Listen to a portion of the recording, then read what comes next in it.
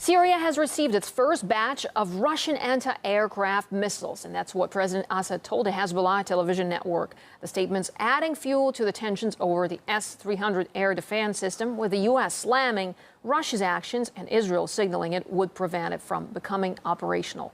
RT's Paul Lear is following the escalation over Syria. Moscow says that it will continue to supply air defense missiles, calling it a balance that is designed to deter foreign intervention inside Syria.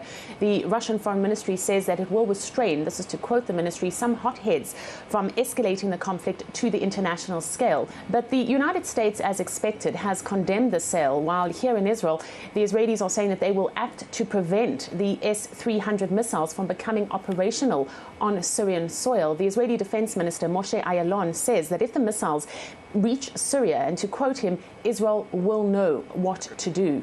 At the same time, controversy continues over the lifting of the EU embargo for lethal aid for the rebels inside Syria. Now, as we know, 25 countries voted against it. Only the UK and France pushed for it, with the German Chancellor Angela Merkel saying that her country will never send arms to the militants in Syria despite this lift. Now, in this interview with Hezbollah TV, the Syrian President Bashar Assad says that there are around 100,000 foreign mercenaries who are fighting on the side of the rebels inside Syria. He says that his government will not stand in the way of groups who want to fight for the liberation of the Golan, and he has warned, to quote him from this interview, that the Syrian army will retaliate immediately to another Israeli strike inside Syrian territory. Washington has said nothing about this huge number of foreign mercenaries operating inside Syria, although it has been critical of Hezbollah fighting on the side of the Syrian President Assad. There is an international peace conference that is being planned in Geneva next month that will be brokered by both the US and Russia.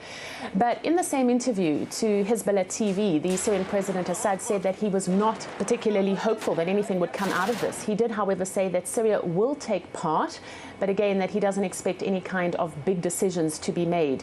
The opposition, meanwhile, remains divided. This video has emerged from the recent Syrian National Coalition meeting, and it shows the frustration of envoys of both Western and Arab nations when the SNC fails to broaden the coalition by making more seats available. The French ambassador chastised members of the opposition. He was angry over the coalition's failure to agree on introducing new members. You don't deserve the efforts that we made. One member replies, asking, will you cut the weapons? The French ambassador then says, did I say so? I didn't say that. What it does seem is that the collapse of the talks had a lot to do with the push and pull of various foreign powers jockeying for influence within the coalition.